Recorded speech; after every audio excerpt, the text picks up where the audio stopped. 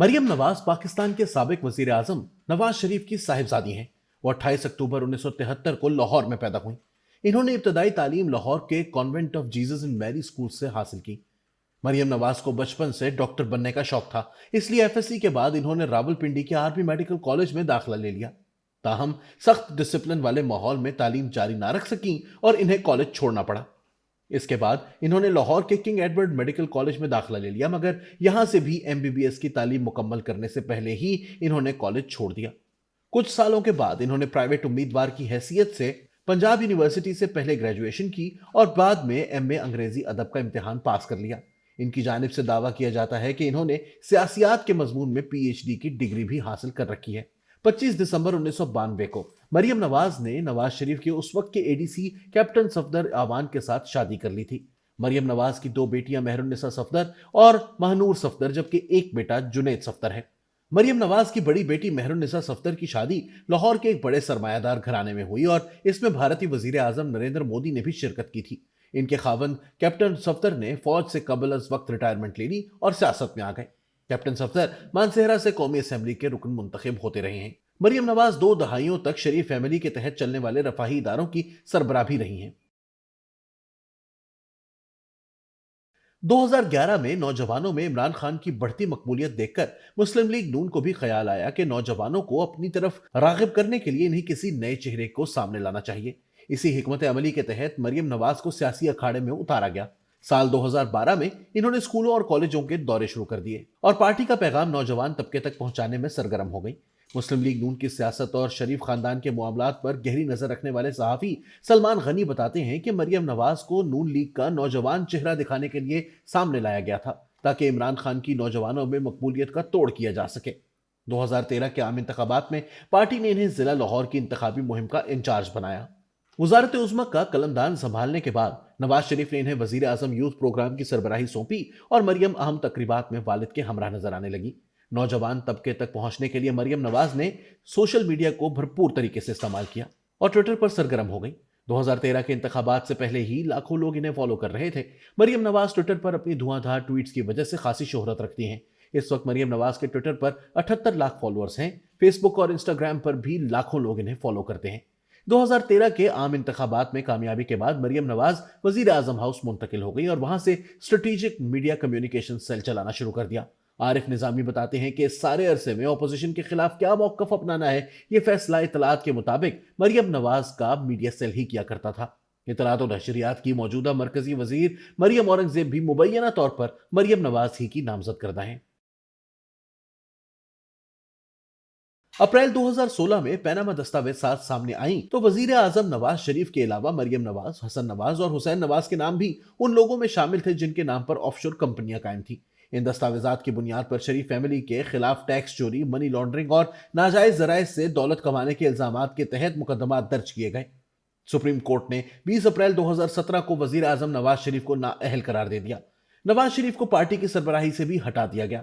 عدالت نے نواز شریف کو 11 سال قید اور 80 لاکھ برطانوی پاؤنڈ جرمانے کی سزا سنائی۔ مریم نواز کو بھی جرم میں معاونت کے الزام میں قید اور 5 سال کی نااہلی کی سزا سنائی گئی۔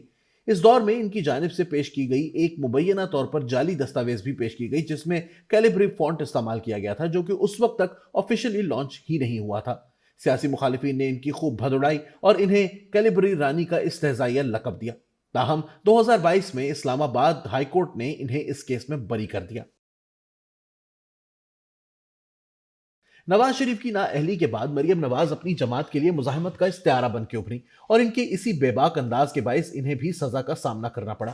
6 جولائی 2018 کو جعلی دستاویزات پیش کرنے اور والد کو جرم میں معاونت فراہم کرنے کے الزام میں اسلام آباد کی احتساب عدالت نے مریم نواز کو بھی 7 سال قید اور 20 لاکھ پاؤنڈ جرمانے کی سزا سنا دی۔ انہیں 10 سال تک الیکشن میں حصہ لینے سے بھی منع کر دیا گیا۔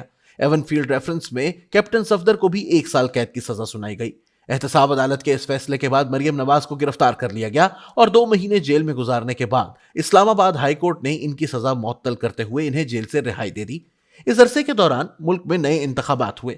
مریم نواز نے پہلے دن سے 2018 کے عام انتخابات کو قبول کرنے سے انکار کیا اور انہیں دھاندلی زدہ قرار دیا۔ 8 اگست 2019 کو چودھری شوگر ملز میں کرپشن کے الزام میں نیب نے ایک مرتبہ پھر انہیں گرفتار کر لیا۔ 2021 کے آخر میں پاکستان آرمی میں D G I S I کی تعیناتی کے معاملے پر جب وزیر اعظم عمران خان اور army chief general Qamar Javed Bajwa کے مابین اختلاف پیدا ہوا تو ملک میں ہواؤں کا رخ تبدیل ہونا شروع ہو گیا۔ ایک پیج پھٹ گیا۔ بدلے ہوئے منظرنامے میں عدالتوں نے ماضی کے کچھ فیصلوں پر نظر ثانی کی اور اسی تناظر میں ستمبر 2022 میں اسلام آباد ہائی کورٹ نے مریم نواز اور ان کے شوہر کیپٹن صفدر کی سزائیں ختم کر کے انہیں اس مقدمے سے بری کر دیا۔ سیاسی و صحافتی حلقوں میں مریم نواز کا موازنہ سابق وزیر اعظم محترمہ بینظیر بھٹو کے ساتھ کیا جاتا ہے۔ دونوں رہنماؤں میں کئی قدریں مشترک بھی ہیں۔ بھٹو صاحب اور نواز شریف دونوں اسٹیبلشمنٹ کی اعانت سے اقتدار میں آئے اور سیاست میں آنے کے بعد دونوں نے سول بالادستی کا نعرہ لگایا۔ ایک وزیر اعظم کو سزا کے طور پر پھانسی پہ چڑھا دیا گیا اور دوسرے کے خلاف مقدمات قائم کر کے پہلے جلا وطن پھر سیاست سے بے دخل کر دیا گیا۔ بینظیر بھٹو بھی اسٹیبلشمنٹ پر تنقید کرنے کے ضمن میں ایک توانا آواز تھی اور مریم نواز نے بھی پیناما کیس کے بعد تند و تیز تقریروں میں اسٹیبلشمنٹ کو خوب آڑے ہاتھوں لیا۔ دونوں میں ایک اور مماثلت بھی موجود ہے۔ والد کے بعد نوجوان بینظیر بھٹو اپنے والد کے پرانے ساتھیوں اور تجربہ کار سیاسی رہنماؤں میں گھر چکی تھیں۔ اسی طرح جب نواز شریف کو نااہل قرار دیا گیا تو مریم نواز دل گرفتہ کارکنان کو تسلی دینے کے لیے میدان میں اتریں۔ بینظیر کے انکلز کو بھی وہ ناپسند تھیں۔ مریم کو بھی سب سے بڑا چیلنج اپنی پارٹی میں موجود ان انکلز سے ہی ہے۔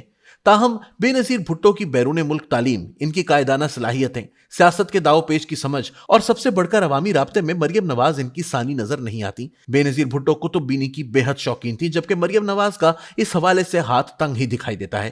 بینظیر نے اپنی اعلیٰ قیادت سے پیپلز پارٹی کو ضیاء الحق کے بدترین دور کے بعد دوبارہ سے زندہ کیا۔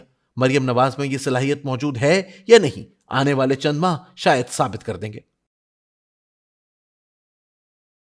اگرچہ پاکستان تحریک انصاف مریم نواز کو ہدف تنقید بنانے کے لیے ان کی سیاست کو موروثی سیاست قرار دیتی آئی ہے، تاہم یہ بھی اپنی جگہ حقیقت ہے کہ مریم نواز کی ذات میں وہ کیرزما موجود ہے جو کسی بھی بڑے رہنما میں ہونا چاہیے، ورنہ اگر صرف کسی کی بیٹی یا بیٹا ہونے کا فائدہ ہر کسی کو بلا کم و کاست پہنچتا تو پھر حمزہ شہباز مریم نواز سے کئی سال پہلے ہی نون لیگ کا نوجوان چہرہ بن چکے ہوتے۔ انٹرمیڈیٹ کے بعد مریم نواز نے جب لاہور کے کنگ ایڈورڈ میڈیکل کالج میں داخلہ لیا تو اس طرح کی خبریں آئیں کہ مریم نواز میرٹ پر پوری نہیں اترتی تھیں اور انہوں نے اپنے والد کے اثر و رسوخ کو استعمال کرتے ہوئے میڈیکل کالج میں داخلہ لیا ہے۔ اس اعتراض کے باعث مریم نواز کو ایم بی بی ایس کی تعلیم ادھوری چھوڑ کر کالج سے نکلنا پڑا۔ 24 اکتوبر 1990 کے عام انتخابات کے بعد نواز شریف جب پہلی مرتبہ وزیر اعظم بنے تو کیپٹن صفدر اعوان ان کے اے ڈی سی تھے۔ ایک سال تک کیپٹن صفدر نے شریف خاندان کے قریب رہ کر یہ ذمہ داری نبھائی اور کہا جاتا ہے کہ اسی دوران مریم نواز اور ان کے بیچ تعلق قائم ہوا۔ مریم نواز کو کالج چھوڑنے اور وہاں سے واپس لانے کی ذمہ داری کیپٹن صفدر کی تھی۔ اسی دوران دونوں میں قربتیں پیدا ہوئیں اور مریم نواز نے دسمبر 1992 میں محض 19 سال کی عمر میں خاندان کی مرضی کے خلاف کیپٹن صفدر سے شادی کر لی۔ سیاسی مخالفین تب سے کہتے آ رہے ہیں کہ مریم نواز نے گھر سے بھاگ کر شادی کی تھی اور اس طرح کے الزامات بھی لگائے گئے کہ مریم نواز شادی سے پہلے ہی حاملہ ہو چکی تھی۔ یہ وہی دقیانوسی سوچ ہے جس کا سامنا بینظیر بھٹو، محترمہ فاطمہ جناح، ریحام خان، بشرا بی بی سمیت پاکستانی سیاست میں تقریباً سبھی خواتین کو کرنا پڑتا ہے۔ 22 نومبر 2013 کو انہیں وزیر اعظم یوتھ پروگرام کی چیئرپرسن بنا دیا گیا، مگر لاہور ہائی کورٹ میں اس تقرری کے خلاف پاکستان تحریک انصاف نے درخواست دائر کر دی۔